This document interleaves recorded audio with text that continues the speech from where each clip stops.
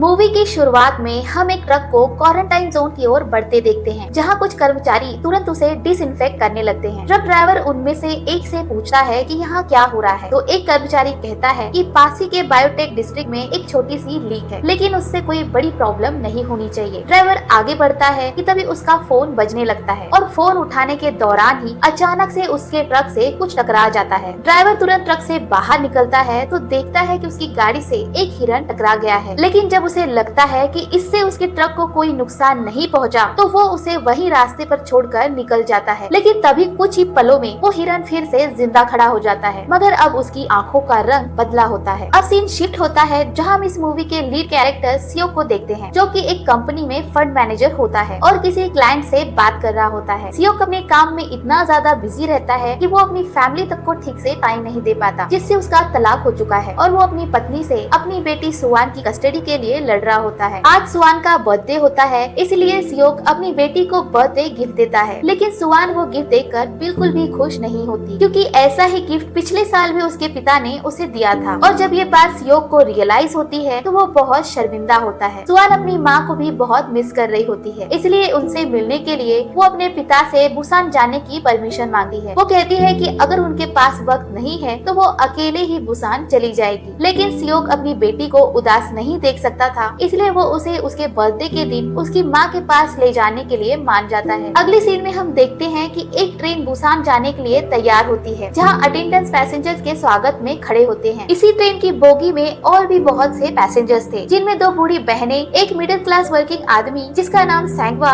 और उसकी pregnant wife संज्ञांग और कुछ बेसबॉल टीम के प्लेयर्स होते हैं। इसी टीम में एक योंगबुक नाम का लड़का भी होता है, जिसकी एक गर्लफ्रेंड होती है जो इस टीम की चीयर लीडर होती है और उसका नाम किम जिन ही होता है। सियोक अपनी बेटी सुवान को लेकर इसी ट्रेन में बैठ जाता है कि तभी सुवान बाहर कुछ लोगों की अजीब हरकतों को नोटिस करती है। साथ ही ट्रेन में एक सन की होमलेस आदमी भी चढ़ा होता है, जो कि ट्रेन के बाथरूम में छुप के बैठा होता है। और जब एक पैसेंजर ट्रेन के अटेंडेंट को इस बारे में बताता है तो वो उससे ट्रेन की टिकट मांगने लगता है, लेकिन वो आदमी बार बार एक ही बात दोहराता है कि सब लोग मरने वाले हैं, मगर अटेंडेंट उसकी बात समझ नहीं पाता। सुवान भी काफी क्यूरियस होती है, इसलिए वो भी वहाँ आ जाती है ये देखने कि यहाँ क्या हो रहा है। अब ट्रेन चलने ही वाली होती है कि तभी उस ट्रेन में एक चोट लगी लड़की चढ़ जाती है, जो काफी जख्मी होती है। वो ट्रेन में चलते चलते बेहोश होकर गिर जाती है और तड़पने लगती है और अब ट्रेन अपने सफर पे निकल पड़ती है। दूसरी तरफ सुवान वॉशरूम जाना चाहती है, इसलिए वो दरवाजे के बाहर खड़ी हो जाती है, जहाँ सैंगवा भी अपनी वाइफ का इंतजार करते हुए वहीं खड़ा होता है। वो सुवान को दूसरे बोगी का टॉयलेट यूज करने के लिए कहता है। इधर उस तड़पती हुई जख्मी लड़की को एक अटेंडेंट देख लेती है और उसकी हेल्प करने की कोशिश करती है, मगर लड़की की हालत काफी खराब लग रही होती है, इसलिए वो तुरंत मेडिकल टीम को इन्फॉर्म करती है। लेकिन तभी वो लड़की अचानक से ज़ॉम्बी में बदल जाती है और उस अटेंडेंट पे ही हमला कर देती है। दूसरी ओर सियोक की नींद खुलती है तो वो अपनी बेटी को गायब देखकर उसे ढूंढने लगता है। इधर अब वो अटेंडेंट खुद को छुड़ाने की कोशिश में उस बोगी में चली जाती है, जहाँ बेसबॉल टीम के प्लेयर्स बैठे होते हैं, और इससे पहले कि वो सभी कुछ समझ पाते, ज़ॉम्बी अटेंडेंट को मारने के बाद दूसरे लोगों पे हमला कर देती है। तभी कुछ ही पलों में अब वो अटेंडेंट भी ज़ॉम्बी में बदल जाती है और अब हालात बद से बदतर हो जाते हैं और पूरे ट्रेन में भगदड़ मच जाती है, जहाँ उस बोगी के लोग दूसरी बोगी की तरफ भागने लगते हैं। साथ ही ट्रेन में जख्मी सभी लोग ज़ॉम्बी वायरस की वजह से ज़ॉम्बी में बदलने लगते हैं और जो भी उनके सामने आता है उसे काट लेते हैं। दूसरी तरफ सियोक अपनी बेटी को ढूंढते हुए उस बोगी तक पहुँच जाता है, जहाँ सभी लोग ज़ॉम्बी में बदल चुके थे और सियोक को देखते ही उसकी तरफ भागने लगते हैं। तभी सुवान भी वहाँ आ जाती है और अपने पिता को आवाज देती है। सियोक जल्दी से अपनी बेटी को उठा के भागने लगता है और किसी तरह खुद को बचाते हुए उस बोगी में जाता है, जहाँ अभी तक कोई ज़ॉम्बी में नहीं बदला होता, जिसके बाद वो तुरंत वहाँ का दरवाजा बंद कर लेता है। तभी बचते बचाते सैंगवा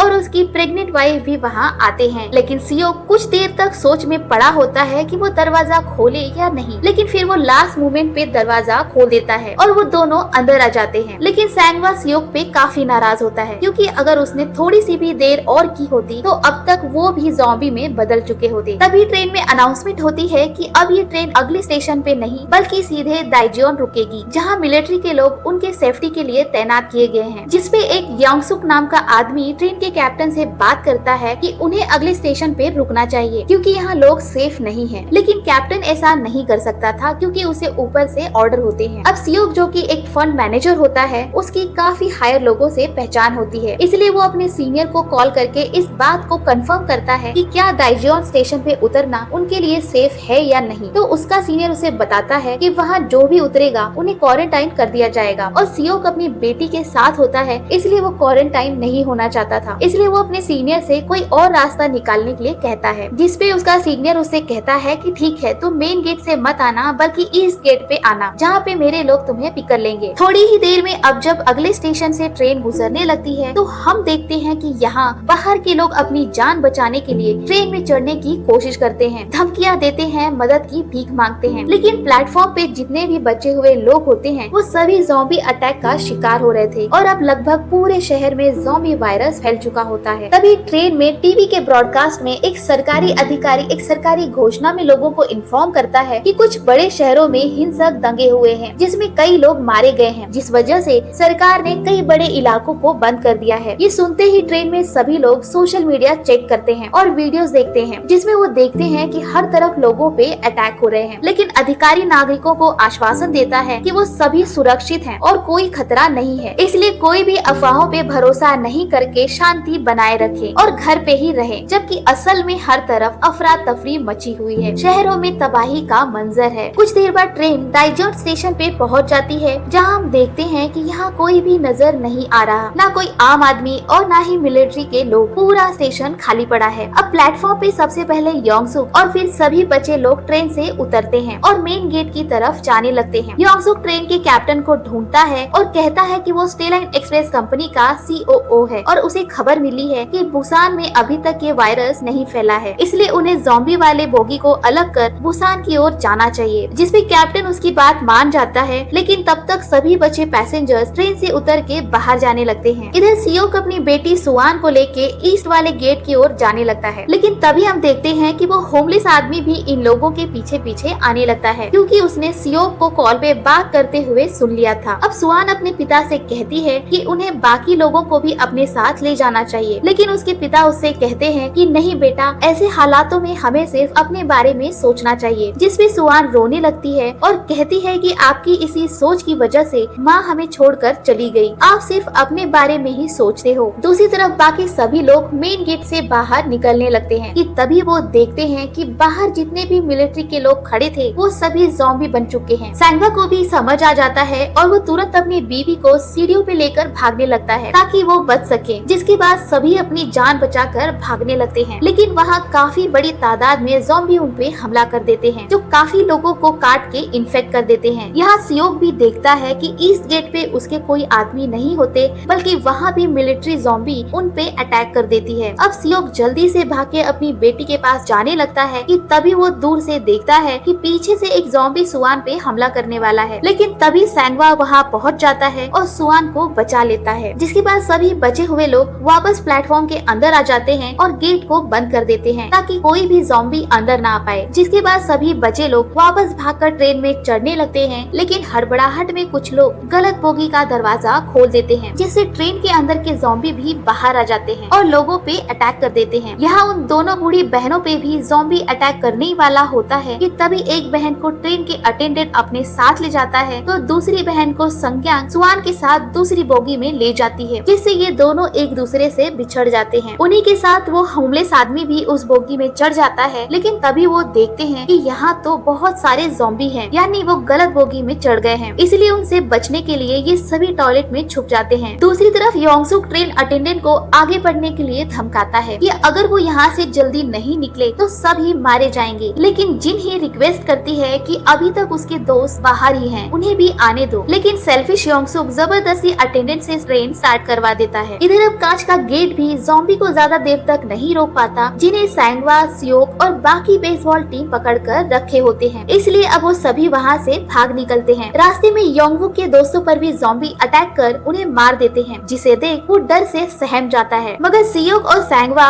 योंगवुक को किसी तरह संभालते हैं और अब चलती ट्रेन को पकड़ने की कोशिश करने लगते हैं, जहाँ ढेर सारे ज़ॉम्बी भी अब इन तीनों के पीछे पड़ जाते हैं। लेकिन आखिरकार ये तीनों बड़ी मुश्किल से ट्रेन को पकड़कर एक खाली बोगी में चढ़ जाते हैं। जिसके बाद योंगवुक जिन्ही को कॉल करके बताता है कि उसके सारे दोस्त मारे जा चुके हैं और अब वो सिर्फ अकेला ही बच पाया है, जो बाकी दो लोगों के साथ एक बोगी में है। इधर सैंगवा अपनी बीवी संज्ञांग को कॉल करता है, लेकिन उसका फोन सुआन उठाती है, जो बताती है कि वो लोग जिस बोगी में चढ़े थे उसमें बहुत सारे ज़ॉम्बी हैं और उनसे बचने के लिए वो सभी एक टॉयलेट में छुपे हैं, जो कि बोगी नंबर 13 है, जबकि ये तीनों बोगी नंबर 9 में होते हैं और उन तक पहुँचने के लिए इन्हें 3 बोगी से होकर गुजरना होगा। जिसके बाद ये सभी ज़ॉम्बी से लड़ने की पूरी तैयारी करते हैं और आगे बढ़ते हैं। अब पहले बोगी में तो ये तीनों बड़े जोश से ज़ॉम्बी से लड़ते हुए आगे बढ़ते हैं, लेकिन जैसे ही ये दूसरे बोगी में पहुँचते हैं तो वहाँ अपने ही बेसबॉल टीम के दोस्तों को देख योंग वुक शॉक हो जाता है और उनसे नहीं लड़ पाता। लेकिन सैंगवा और सियोक उनसे बड़ी हिम्मत से लड़ते हैं, लेकिन तभी अचानक से ट्रेन एक टनल से गुजरती है, जिससे वहाँ अंधेरा हो जाता है और ये सभी नोटिस करते हैं कि अंधेरे में ये ज़ॉम्बी उन्हें नहीं देख पा रहे और इसी बात का फायदा उठाकर ये सभी वहाँ से बड़े आराम से निकल जाते हैं और दूसरी बोगी को भी पार कर लेते हैं। फिर कुछ देर आराम करने बैठ जाते हैं, जिसके बाद अगली बोगी को भी पार करने के लिए सियोक एक प्लान बनाता है। वो सैंगवा का फोन लेकर बोगी के बीच में फेंक देता है और फिर जब अगली टनल आती है तो उस पे कॉल करता है और जैसे ही वो फोन बजता है सारे ज़ॉम्बीज आवाज की तरफ भागते हैं और ये तीनों अंधेरे का फायदा उठाकर वहाँ से भी बिना लड़े बड़े आराम से निकल जाते हैं। जिसके बाद ये तीनों टॉयलेट तक पहुँचते हैं और एक दूसरे से मिलकर खुश हो जाते हैं, लेकिन तब तक टनल खत्म हो जाती है, इसलिए इससे पहले कि ज़ॉम्बी उन्हें देख लें ये तीनों भी टॉयलेट में छुप जाते हैं। अब ये तीनों बोगी नंबर 15 में जाने के लिए प्लान करते हैं, जिसमें जिन्ही और बाकी पैसेंजर्स होते हैं। इसलिए योंगवुक जिन्ही को मैसेज करके बताता है कि वो सभी उनके बोगी में आ रहे हैं, तो दरवाजा खोल के रखें। लेकिन जब ये बात जिन्ही अपने बोगी के लोगों को बताती है तो सेल्फिश योंगसुक सबको भड़काता है कि क्या गारंटी है कि वो लोग इन्फेक्टेड नहीं होंगे, अगर वो इन्फेक्टेड हुए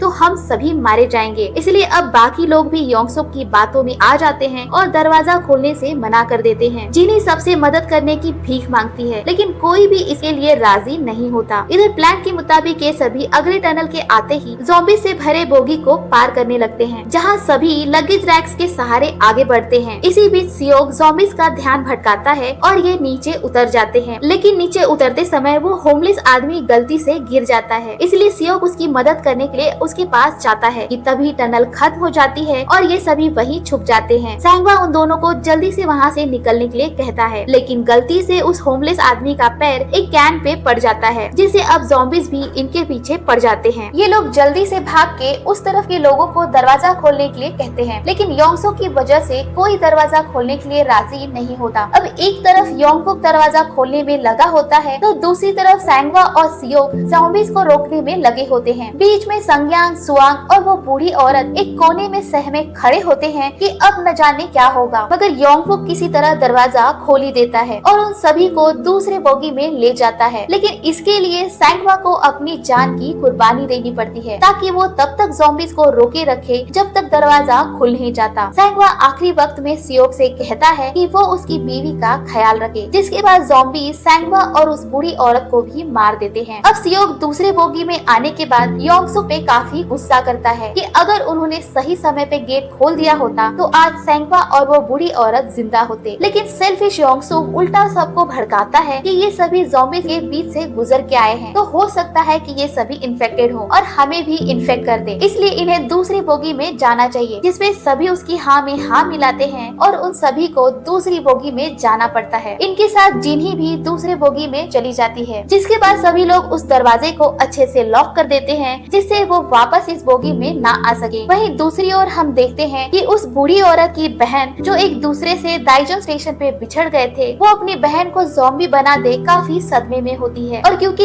इन लोगों की वजह से ही उसकी बहन ज़ॉम्बी बन गई, इसलिए वो उस दरवाजे को खोल देती है, जिससे सारे ज़ॉम्बीज अंदर घुस जाते हैं और सबको इन्फेक्ट करके मार देते हैं। सियोक आखिरी में सुआन से कहता है कि वो उसे उसके जन्मदिन पर उसकी माँ से जरूर मिलवाएगा। कुछ देर बाद जब वो अपनी पत्नी को कॉल ट्राई कर रहा होता है, तभी उसके असिस्टेंट का कॉल आता है। वो बताता है कि बुसान सभी शहरों में सबसे सुरक्षित जगह है। साथ ही वो सियोक को ये भी बताता है कि ये वायरस उनकी ही एक कंपनी बायोटेक से शुरू हुआ था, जिसके सारे शेयर्स उन्होंने बेच दिए थे, इसलिए उन लोगों ने जानबूझकर ये वायरस फैला दिया। और ये सुन सियोक काफी टूट जाता है और खुद को कहीं न कहीं इन सब के लिए दोषी समझता है, क्योंकि सारे शेयर्स बेचने के ऑर्डर्स उसने खुद दिए थे। इसी बीच कैप्टन देखता है कि आगे का रास्ता बंद है, इसलिए वो अचानक से ट्रेन को रोक देता है और एक अनाउंसमेंट करता है कि वो एक दूसरी ट्रेन ढूंढेगा ताकि बचे हुए लोगों को बुसान पहुंचा सके, जिसे योंगसुक और अटेंडेंट भी सुनते हैं, जो कि ज़ॉम्बीज के हमले से बचने के लिए टॉयलेट में छुप गए थे, मगर अब वो यहाँ फंस चुके होते हैं। इसलिए अब वहाँ से बाहर निकलने के लिए योंग सुक अटेंडेंट से झूठ बोलता है कि आगे का रास्ता साफ है और अब वो आगे बढ़ सकते हैं। और जैसे ही वो अटेंडेंट बाहर निकलता है, योंग सुक उसे ज़ॉम्बीज़ के हवाले कर खुद की जान बचाकर भाग जाता है। इधर ट्रेन का कैप्टन बुसान के हालातों के बारे में पूछने के लिए फोन करता है, पर उसे कोई जवाब नहीं मिलता। जिसके बाद वो एक दूसरी ट्रेन चेक करता है, लेकिन वो ट्रेन भी ज़ॉम्बीज़ से भरी पड़ी थी। इसलिए फिर वो एक और खाली ट्रेन को चेक करता है और उसे चलाता है। इधर सियोक सबसे कहता है कि उन्हें बुसान जाने का कोई रास्ता ढूंढना होगा और वो सभी ट्रेन से उतर जाते हैं। तभी इसी बीच एक जलती हुई ट्रेन की बोगी एक दूसरे ट्रेन से टकरा जाती है, जिससे ये सभी लोग आपस में बिछड़ जाते हैं। अब योंगबुक जिन्ही को लेकर एक दूसरी ट्रेन में घुस जाता है और दूसरी तरफ जाने के लिए दरवाजे का शीशा तोड़ने लगता है कि तभी योंगसुक पीछे से भागते हुए आता है और खुद की जान बचाने के लिए जिन्ही को ज़ॉम्बी के आगे फेंक देता है, जिससे जिन्ही भी अब इन्फेक्ट हो जाती है। लेकिन योंगबुक जिन्ही से प्यार करता था, इसलिए वो उसे अकेला छोड़कर नहीं जाता और जिन्ही को अपनी गोद में लिए रहता है। लेकिन जिन्ही भी कुछ देर बाद ज़ॉम्बी में बदल जाती है और वो योंगबुक को भी काट लेती है। दूसरी तरफ हम सियोक और बाकी लोगों को देखते हैं जो कि ज़ॉम्बी से भरे ट्रेन के नीचे फंसे होते हैं। सुआन बेहोश पड़े सियोक को जगाती है कि तभी वो ट्रेन हिलने लगती है, यानी यहाँ ज्यादा देर तक रुकना खतरे से खाली नहीं था। इसलिए सियोक वहाँ से निकलने का रास्ता ढूंढने लगता है। इधर योंगसुक चलती ट्रेन की तरफ भागता है, जिसे ट्रेन का कैप्टन देख लेता है और वो उसकी मदद करने उसके पास आ जाता है। लेकिन योंगसुक इतना मतलबी होता है कि वो खुद को ज़ॉम्बीज़ से बचाने के लिए ट्रेन के कैप्टन को ही ज़ॉम्बीज़ के हवाले कर देता है। लेकिन फिर भी इस दौरान एक ज़ॉम्बी योंगसुक को काट ही लेता है। दूसरी तरफ सियोक को बाहर निकलने का रास्ता मिल जाता है और अब वो जैसे ही सबको बाहर निकालने लगता है कि तभी ट्रेन के अंदर के ज़ॉम्बी भी ट्रेन की खिड़कियों की कांच तोड़कर बाहर निकल आते हैं और अब वो होमलेस आदमी सुआन और संज्ञांग को बचाने के लिए ज़ॉम्बीज़ को रोकने वहीं रुक जाता है और अब उन लोगों को मजबूरन उसे वहीं अकेले छोड़ना पड़ जाता है। वहाँ से निकलने के बाद सियोक अपनी बेटी सुआन और संज्ञांग के साथ एक चलती ट्रेन के पीछे भागने लगते हैं, जहाँ बहुत सारे ज़ॉम्बीज़ भी उनके पीछे आ रहे थे। देखते ही देखते उन ज़ॉम्बीज़ की संख्या बढ़ती ही जा रही थी, लेकिन वो लोग हिम्मत नहीं हारते और किसी तरह उस चलती ट्रेन पे चढ़ जाते हैं। मगर ज़ॉम्बीज़ भी उनका पीछा नहीं छोड़ते और उस ट्रेन को पकड़ के लटक जाते हैं, जिससे धीरे धीरे ट्रेन की रफ्तार धीमे होने लगती है। इसीलिए सियोक किसी तरह उन ज़ॉम्बीज़ के पकड़ से ट्रेन को छुड़ाता है, जिसके बाद कुछ देर के लिए वो लोग राहत की सांस लेते हैं। मगर मुसीबतें इतनी आसानी से उनका पीछा कहाँ छोड़ने वाली थी। सियोक जैसे ही इंजन की ओर कैप्टन के कैबिन में जाता है तो देखता है कि वहाँ योंगसुक बैठा है, जो कि अब ज़ॉम्बी बन चुका है और वो भी उन लोगों पे हमला कर देता है। सियोक सुआन और संज्ञांग को बचाने के लिए उससे काफी देर तक लड़ता है, लेकिन इस दौरान इन्फेक्टेड योंगसुक सियोक को हाथ पे काट लेता है। सियोक किसी तरह से इन्फेक्टेड योंगसुक को ट्रेन से नीचे गिरा देता है, लेकिन अब वो भी इन्फेक्टेड हो गया था। जिसके बाद अब सियोक जल्दी से सुआन और संज्ञांग को कैप्टन के कैबिन में बिठाकर ट्रेन की कुछ बेसिक बातें बताता है और सुआन से कहता है कि बुसान पहुंचने के बाद तुम अपनी माँ के पास चली जाना और जब तक बुसान नहीं आता संज्ञांग के साथ ही रहना। लेकिन सुआन बहुत ज्यादा रोने लगती है क्योंकि वो अपने पिता को नहीं खोना चाहती थी, लेकिन अब हालात ही ऐसे हो जाते हैं कि सियोक को अपनी बेटी से दूर होना ही पड़ेगा। जिसके बाद वो न चाहते हुए भी अपनी बेटी को संज्ञांग के हवाले कर कैबिन से बाहर चला आता है ताकि वो उन दोनों को खुद से बचा सके। सियोक बाहर आके बहुत रोता है और अपने आखिरी समय में अपनी बेटी के साथ बिताए पलों को याद करने लगा है, जब उसने पहली बार सुआन को अपनी गोद में लिया था। और उन्हीं यादों को अपनी आखिरी पलों में अपने आंखों में संजोए सियोक हंसते हंसते ट्रेन से कूद जाता है, मगर सुआन अपने पिता के लिए रोए जा रही थी। कुछ देर बाद वो ट्रेन बुसान पहुंचती है और संज्ञांग और सुआन ट्रेन से उतरते हैं और एक टनल से होते हुए गुजरते हैं, जहाँ दूसरी तरफ बहुत सारी आर्मी फोर्स तैनात बैठी होती है। जब आर्मी इन दोनों को दूर से देखती है तो वो समझ नहीं पाते कि ये इंसान है या ज़ॉम्बी, इसलिए अब वो इन दोनों को गोली मारने का तय करते हैं। और जैसे ही वो गोली चलाने वाले होते हैं तभी सुआन वही पोयम गाती है जो वो अपने पिता को सुनाने वाली थी, जिसे आर्मी फोर्स समझ जाते हैं कि ये इंसान और तुरंत रेस्क्यू टीम को उनके पास भेज दिया जाता है। और इसी के साथ ये मूवी